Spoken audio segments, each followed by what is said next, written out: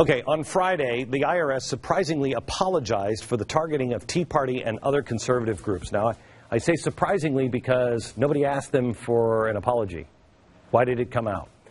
They claimed that upper brass at the IRS had no idea what was happening. They said on Friday that it was just a few low-level people in Cincinnati, Ohio, that were just responsible for this crazy mix-up. Here's how the IRS Commissioner Douglas Shulman responded to the criticisms. This is back in 2012. He said, "There is absolutely no targeting. This is the kind of back and forth that happens to people." Now, this is people who apply for tax-exempt status.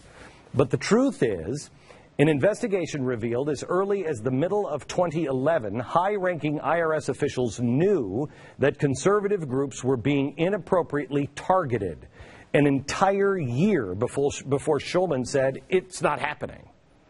So not only was he wrong about the targeting, obviously they admitted to that, and they knew it happened. We know it happened. But he also lied about his knowledge of the practice. They targeted any group with Tea Party, Patriot, or 9/12 Project in their name. They targeted any group that was critical of this administration. They targeted any group that taught the Constitution, or my favorite, they targeted any group that, quote, wanted to make America a better place to live, end quote. Wow. This president earlier today called the revelations, quote, outrageous. Listen to this. If, in fact, IRS personnel engaged in the kind of practices that have been reported on and were intentionally targeting conservative groups, then that's outrageous. And there's no place for it.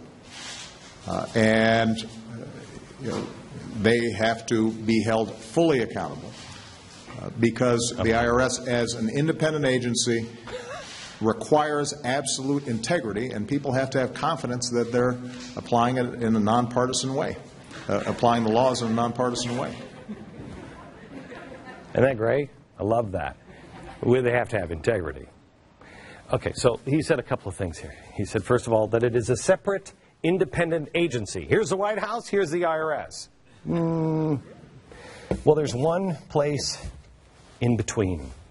To believe that the IRS is independent is to not understand, the Constitution. The Treasury Department. The White House has the Treasury Department.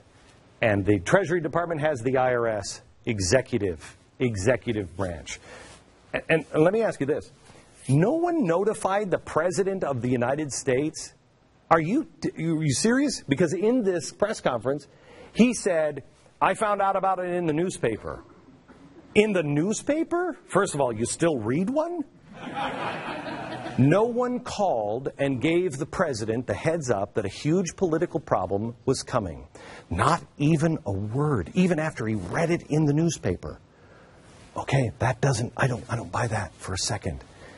You should fire that person. A nonpartisan office. It's not. The IRS is under the Department of the Treasury. The Department of the Treasury is under the executive branch. This is under the President's jurisdiction. There's another bit of news not wildly reported in this story. Conservative Tea Party groups are not the only ones who are targeted by the same division of the IRS. Also, the pro-Israel groups were. What a surprise. In 2010, the pro-Israel organization Z Street was sued. They sued the IRS because, they had this ridiculously long application that they had to fill out. They were told by IRS agents that because they were connected to Israel, they had to receive additional scrutiny. Really? Z Street was also told by the IRS agent that their application, quote, went, let me get this right, to a special unit in the D.C. office to determine whether the organization's activities contradict the administration's public policies. Wow. Why does the IRS even have a division like that? Because that kind of sounds like tyranny. Kind of sounds like something that would trample our constitutional rights. That makes the office in the IRS a weapon in the hands of our president. The IRS also required Jewish organizations to answer, quote, whether it supports the existence of the land of Israel. Why does the IRS need to know that? Also wanted them to, quote, describe its religious belief system toward the land of Israel. Gang, these are the people that are going to be watching over your health care. Here's where it gets really insane. The IRS said they only did all of this because it's a country where terrorism happens. And so the IRS said they were justified in taking the additional time to determine whether Z Street was involved in funding terrorism. Let's see if we have this right here. The administration is totally cool with the Muslim Brotherhood. They're totally a friend. Yeah. Radical Islamic rebels in Syria, total friend. Pro-Israel groups here in America, enemy? Really? This is especially insulting when you consider that radical mosques here in America often receive funding from the government, like the Islamic Society in Boston, where the government allowed the Islamic Society to purchase land worth $2 million for $175,000. But in return, the citizens got free books and Islamic lectures. You can't put a price tag on that, can you? Actually, we can. 4 dead Americans, hundreds maimed and injured at the Boston Marathon. Ironic. You know, it hit me today. We have been telling you that this is Crime Inc. for a while.